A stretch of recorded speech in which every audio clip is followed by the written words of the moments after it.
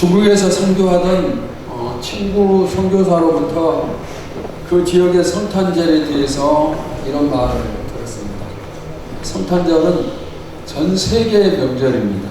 그런데 중국의 깊은 산간 지역에서는 성탄절이 무엇인지 모르기 때문에 그들에게 설명하느라 애를 먹었다, 그런 말을 들었습니다. 여러분은 성탄절이 무엇이라고 생각을 하십니까? 성탄절이 무엇이죠? 우리 믿는 사람들은 성탄절의 의미를 전부 다 잘 압니다. 바로 예수님이 탄생하신 날입니다. 그런데 세상 사람들은 성탄절을 우리와는 다르게 생각해요.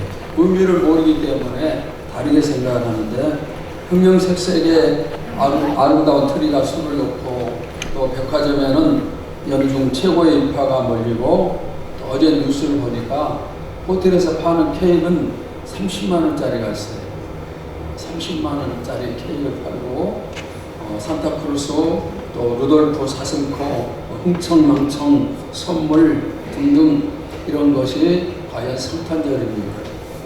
어느 청소년 선교단체에서 중고등학생을 대상으로 해서 실시한 설문조사가 있는데, 성탄하면은 무엇이 생각나는가?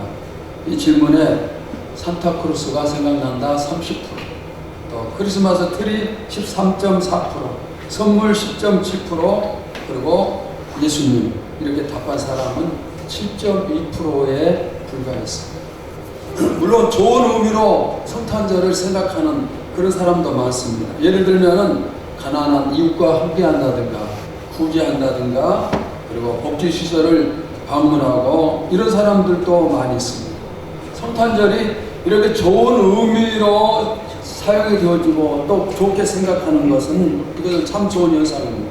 그러나 그렇다고 해서 이런 것이 성탄절의 참된 의미는 결코 아니에요. 성탄절의 주인공은 흥청망청이 아니고, 구제가 아니고, 이웃과 나눔도 아니고, 복지시설 방문도 아니고, 물론 산타크루스나 루돌프가 주인공이라는 것은 더더욱 아니에요. 그럼 주인공은 누구예요? 누가 주인공입니까? 바로 예수 그리스도입니다. 예수님이 주인공이십니다. 성탄절의 주인공은 오직 예수님 한 분뿐이에요. 예수님께 경배하고, 예수님께 엎드려 절하고, 예수님께 예물을 드려야 하고, 예수님만 높여드려야 해요. 예수님이 빠진 성탄절은 상상할 수가 없어요. 이 시간에 우리는 어떤 자세입니까? 예수님을 높여드리는 그런 자세로 내가 예배를 드리고 있습니까? 예수님을 경배하고, 또 예수님을 존귀하게 여기고, 영광을 돌리고, 예물을 드리고, 하나님 앞에서 부끄럼 없이 예수님을 높여드린다, 이렇게 여러분이 생각을 하십니까? 오늘 본문에 동방 목사가 우리에게 아주 많은 교훈을 주고 있습니다. 이 시간 동방 목사가 주는 교훈을 통해서 잃어버린 성탄의 의미를 다시 한번 회복하시기를 바랍니다. 자, 첫째는 동방 목사는 깨어있는 사람들이 있습니다. 오늘 보면 마태복음 2장 2절 우리 함께 봅시다. 시작. 유대인의 왕으로 나신 이가 어디 계시냐? 우리가 동방에서 그의 별을 보고 그에게 경배하러 왔노라 하니. 자, 여기 유대인의 왕 누구입니까? 예수님을 가리킵니다. 박사들은 왕이시오 세상을 구원하실 메시아이신 예수님의 탄생을 알았어요. 그래서 먼 길을 걸어서 유대까지 왔습니다. 이 박사들은 유대인이 아니고 이방인들입니다. 그들이 예수님의 탄생을 알았다는 것은 평소에 영적으로 깨어 있었다, 바로 그런 뜻입니다. 그런데 반대로 자기 나라에서 메시아가 탄생했지만 유대인들은 그 사실을 아무도 몰라요. 왜 몰랐을까요? 그들의 영혼이 깨어 있지 않아요. 잠을 자고 있었기 때문에 영혼이 캄캄합니다. 그러니까 예수님 오심을 알 수가 없어요. 마태복음 2장 3절에 헤롯 왕과 온 예루살렘이 듣고 소동한지라. 예수님의 탄생 소식을 들었어요. 누구를 통해서? 동방 박사를 통해서. 그러니까 예루살렘에 있는 왕과 모든 사람들이, 성 전체가 엄청난 소동이 일어났습니다. 하나님이시오, 왕이시오, 메시아가 되신 예수님이 이 땅에 오신 게 얼마나 큰 영광입니까? 얼마나 큰 축복입니까? 그런데 유대인들은 그 축복을 맞이할 그 영광스러운 주님을 맞이할 기회를 놓치고 영적으로 잠만 자고 있어요. 영국의 엘리자베스 여왕이 먼 길을 가다가 갑자기 비가 내려서 비를 피해 어느 집을 찾았습니다. 그리고 그 집의 주인에게 우산을 좀 빌릴 수 있는가 물었습니다. 주인은 냉정하게 대하면서 우산을 주지 않았어요. 며칠 뒤에 여왕이 그 집에 행차를 합니다. 근데 그때 비로소 여왕을 알아봤지만은 때는 이미 늦은 거예요.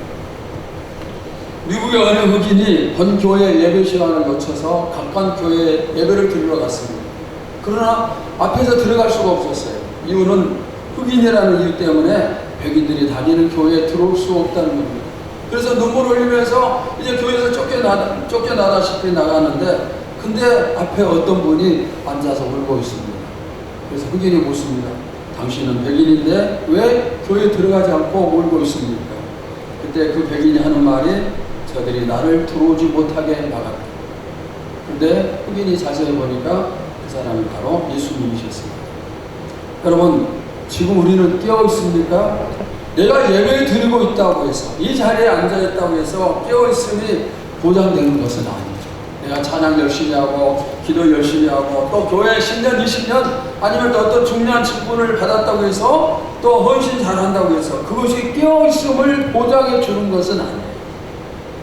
깨어있는 사람은 항상 하나님의 임재, 하나님이 함께 하심을 느끼는 사람, 하나님이 나와 함께 하신다, 하나님이 나와 동행하신다, 이런 것을 느끼는 사람이 바로 깨어있는 사람입니다. 여러분, 한번 질문에 대답해 보세요.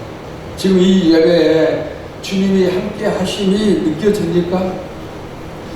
느껴지나요?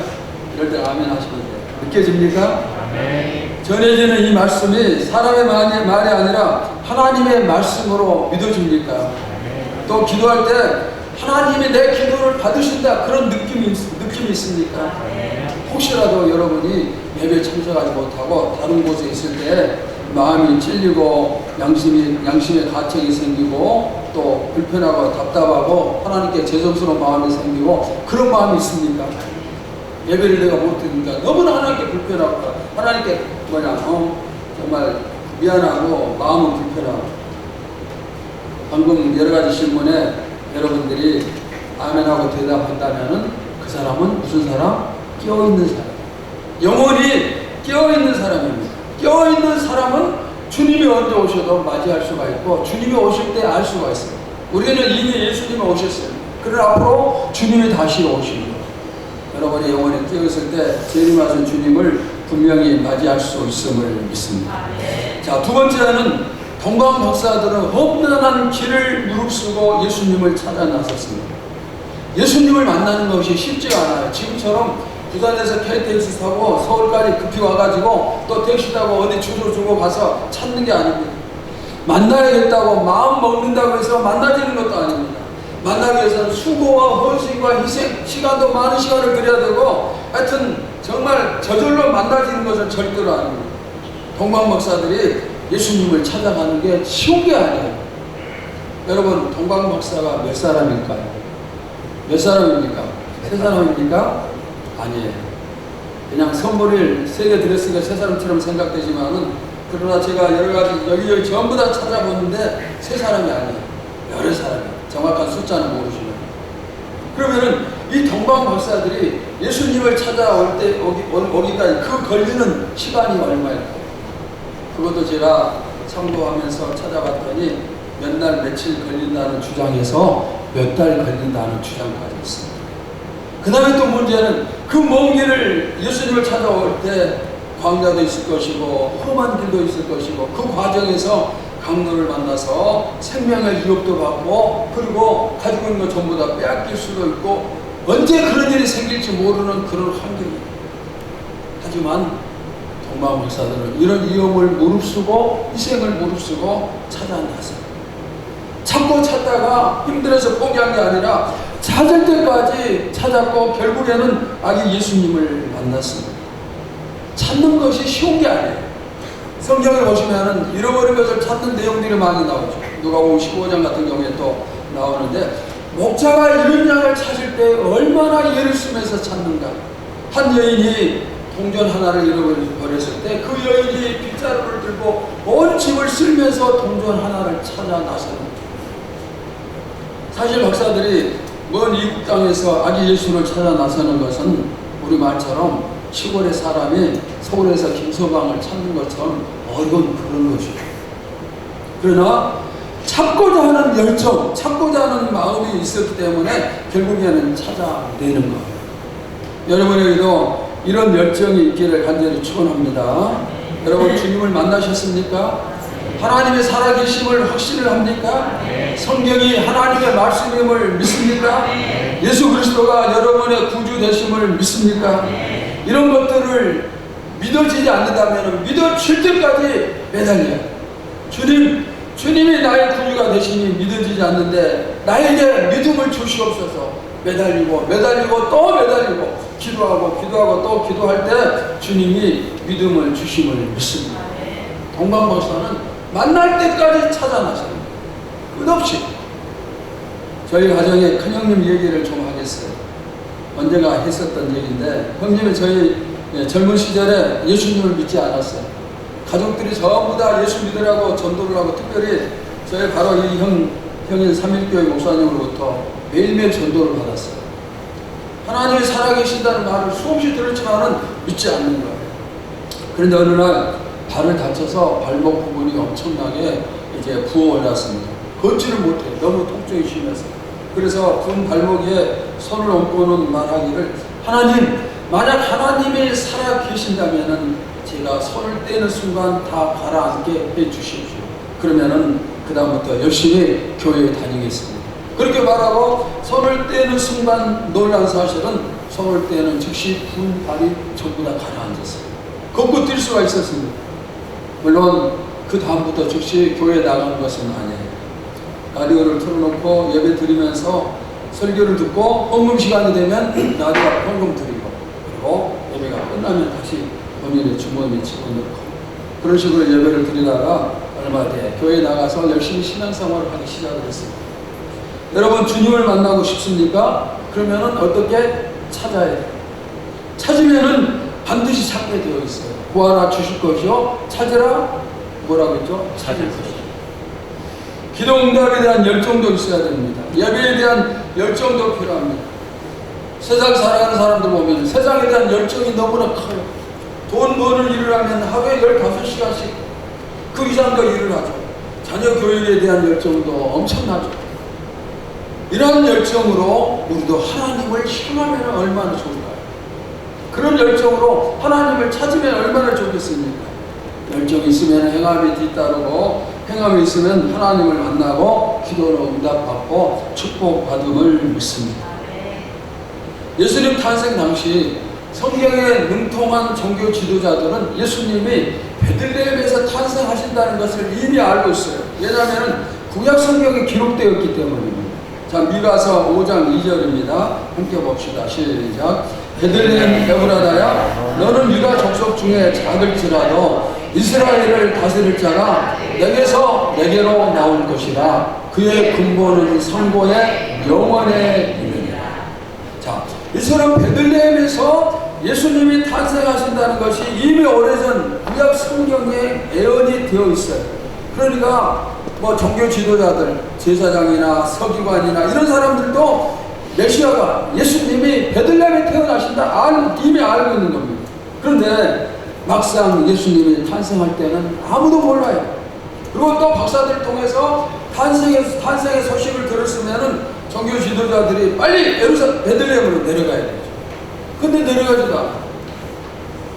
이들에게 지식은 있었지만은 뭐가 없어요? 행함이 없어요. 알고는 있지만은 행동이 없습니다. 그런데 종교 지도자들에 반해서 동방 박사들은 행함으로 찾아 나섰어요. 여러분, 우리 신앙은 머리에 아는 데서 끝나면 안 됩니다. 은혜 받은 데서 끝나면 안 됩니다. 성경 공부한 데서 끝나면 안 됩니다. 기도하는 데서 끝나면 안 돼요. 은혜 받았으면 또 깨달았으면 그 다음에는 나가서 뭘 해요?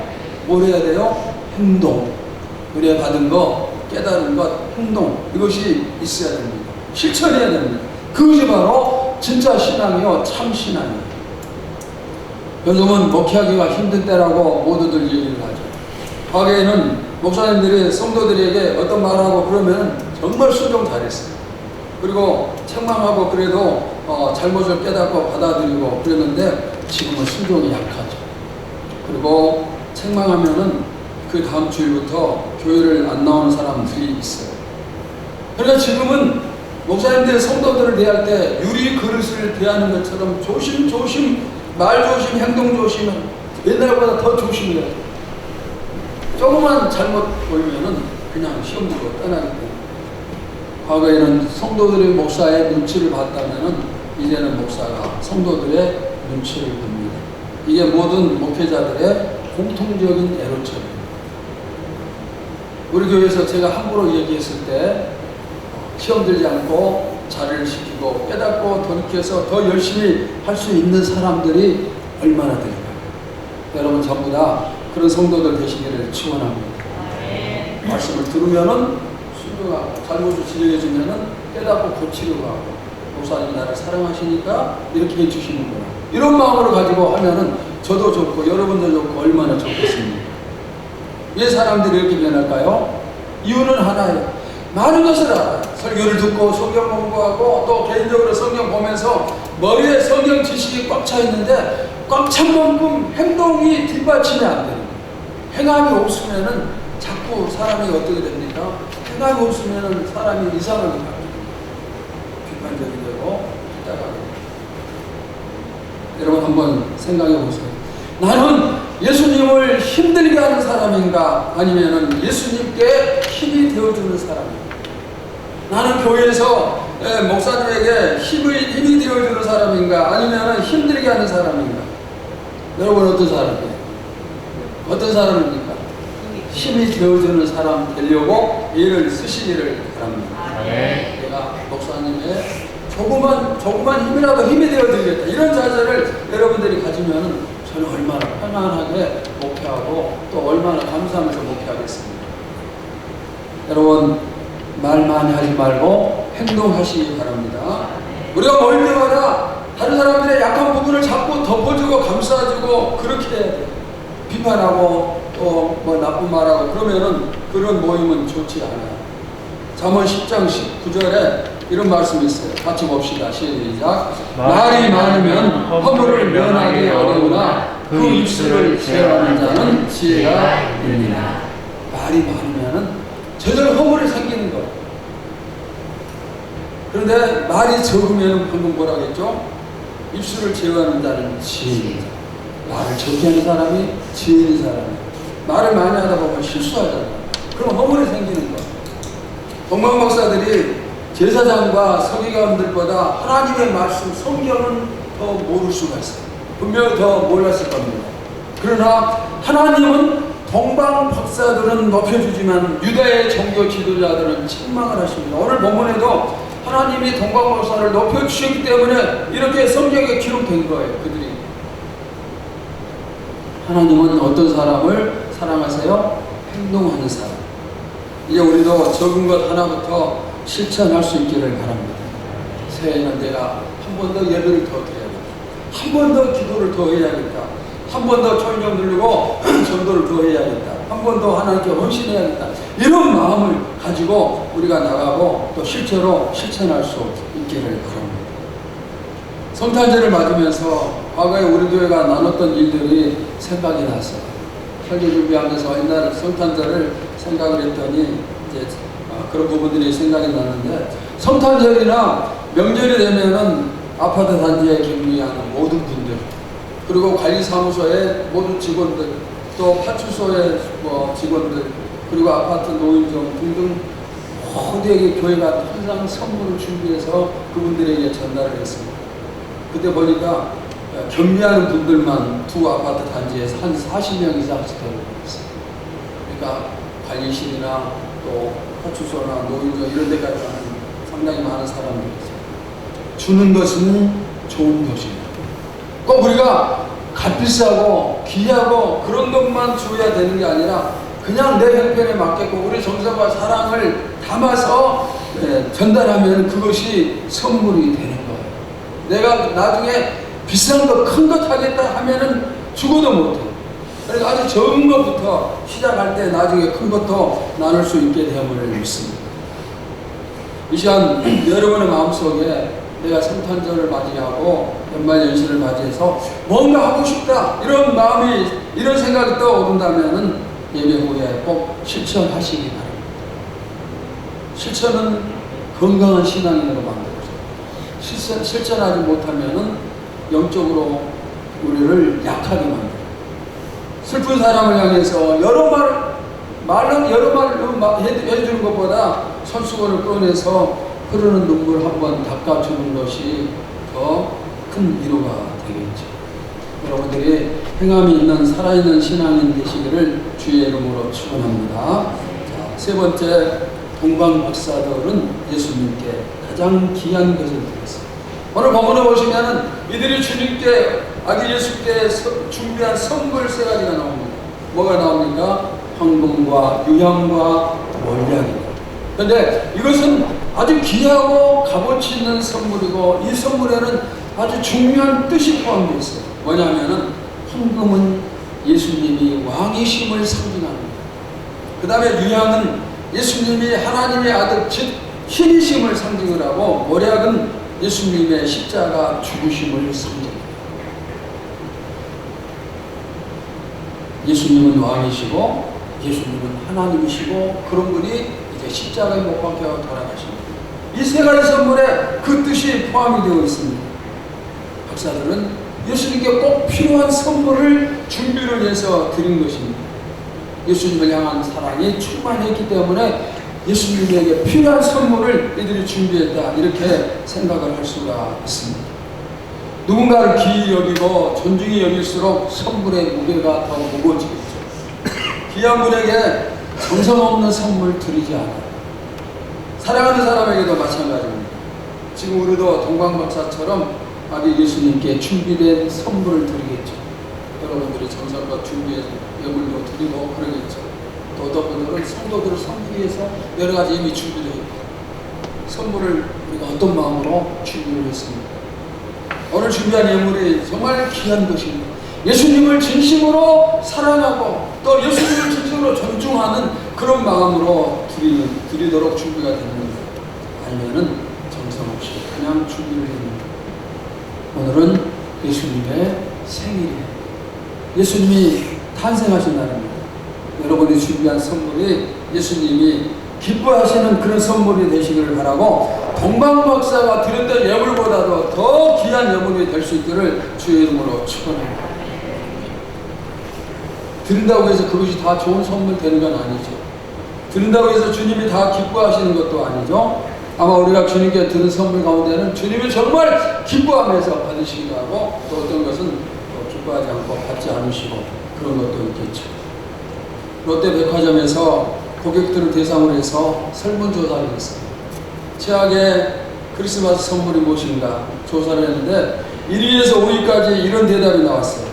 가장 나쁜 최악의 선물 1위는 길거리표 짝퉁 가방, 2위는 받아도 돈이 안 되는 꽃다발, 3위는 내 피부에 안 맞는 화장품, 4위는 성탄카드 달랑 한 장과 마음의 선물, 5위는 작년에 받은 똑같은 선물. 여러분, 이게 가장 악한 선물이에요. 오늘 우리가 예수님께 드린 선물이, 이 예배도 지금 선물이 될 수 있겠죠. 주님이 정말 기뻐하신 최고의 선물일까요? 아니면 최악의 선물일까요? 우리 마음과 정성을, 사랑을 모아서 주님을 진심으로 정말 이해하는 자세로 예배드리고 선물을 준비했다면 그것은 최고의 선물이 되겠죠. 그러나 억지로 마지못해서 준비 없이 드렸다면 최악의 선물이 되겠죠. 오늘 우리의 선물이 최고의 선물이 되길 바랍니다. 오늘 우리가 드리는 이 예배가 주님께서 보셨을 때 최고의 예배가 되기를 바랍니다. 말씀을 마치겠습니다. 사랑하는 여러분, 예수님이 이 땅에 오셨습니다. 그분이 이 땅에 오심으로 말미암아서 그분이 오시는 그때 내가 지옥에서 천국 백성으로 옮겨지는, 다시 말해 내가 새롭게 태어나는 나의 제2의 생일이 바로 이날인 걸 믿습니다. 주님이 오신 날 나에게 이제 또 제2의 생일이 내가 다시 영적으로 새로 태어났기 때문에 천국 백성이 되기 때문에 그러니까 성탄절의 주인공은 첫째는 예수님이요 둘째는 우리 자신입니다. 나도 같이 구원을 통해 태어났기 때문에 여러분 이제 첫째 주인 되시는 예수님을 둘째 주인 된 내가 주인공 된 내가 주님을 따라가야 되겠죠. 그분을 닮아가면서 그분처럼 살아야 되겠습니다. 그리고 먹든지 마시든지 무엇을 하든지 오직 예수님의 영광을 위해서 할 수 있기를 바랍니다. 여러분 그동안 우리가 너무 많이 받지 않았어요.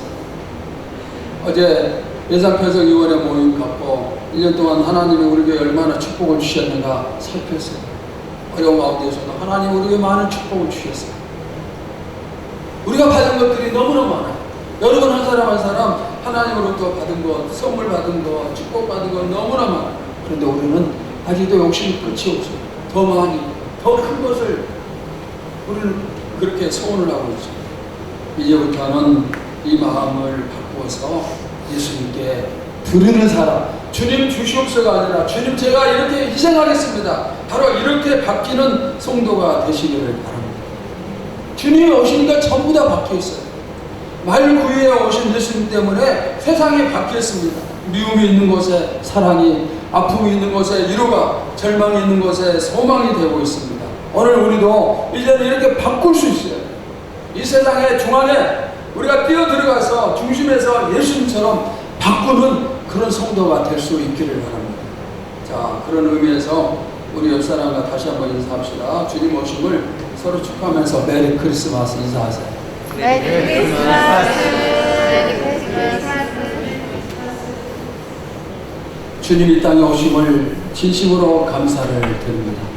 주님 이 땅에 오심으로 인하여서 우리도 새로 태어났습니다. 그래서 주님이 오신 날은 첫째 주인공은 예수님이요 둘째 주인공은 우리가 됨을 믿습니다. 첫째 주인공 되신 예수님이 이 땅에 오셔서 세상을 완전히 바꾸셨습니다. 세상을 완전히 변화시켰습니다. 이제 우리도 주님을 닮아서 세상을 변화시키는 그런 성도가 되게 하여 주시옵소서. 우리가 가는 곳마다 평안이 임하게 도우시고 또 우리가 가는 곳마다 사랑이 충만해지게 도와주시고 우리가 가는 곳마다 치유가 일어나게 하여 주시고 우리가 가는 곳마다 빛이 또 소금이 되어지게 하여 주시옵소서. 우리 때문에 이 세상이 살맛이 나는 그런 세상이 되게 하여 주시옵소서. 예수님의 이름으로 기도하옵나이다. 아멘.